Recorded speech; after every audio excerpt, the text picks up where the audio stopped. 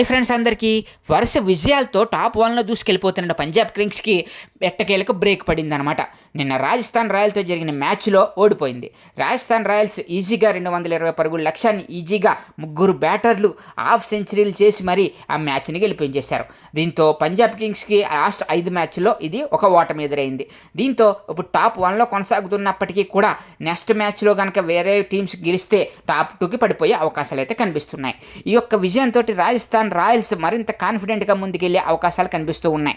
మరి అలాగే పాయింట్స్ టేబుల్లో చూసుకుంటే 3వ స్థానంలో రాజస్థాన్ రాయల్స్ నిలబడింది 12 పాయింట్లతోటి.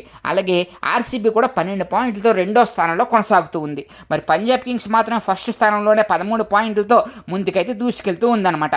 మరి ఈ మ్యాచ్ తర్వాత మరి జరిగేటువంటి మ్యాచ్ల మీద పంజాబ్ కింగ్స్ ఏ విధంగా ఆడబోతుంది అనే దాని మీద అయితే ఆసక్తి నెలకొంది.